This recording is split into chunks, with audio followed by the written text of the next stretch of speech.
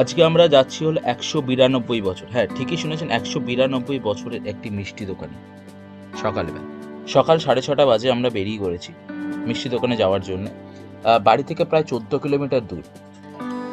সবার আগে স্টেশনে এসে টিকিট কেটে নিলাম, অবশ্যই রিটার্ন টিকিটটা কাটলাম কারণ আমাদের ফিরতেও হবে।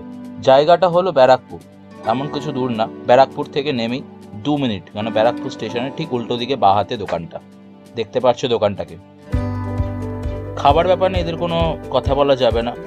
190 বছর যে স্বাদটা ছিল সেটাকে ধরে রাখার চেষ্টা এখনো করেছে, এবং দোকানের কোনো এমন পরিবর্তন করে, কারণ এদের মেন উদ্দেশ্য হলো খাবার। তো সকালবেলা যারা কচুরি মিষ্টি খেতে পছন্দ করো তারা অবশ্যই দোকানটাকে বেশি একবার ট্রাই করতে পারো।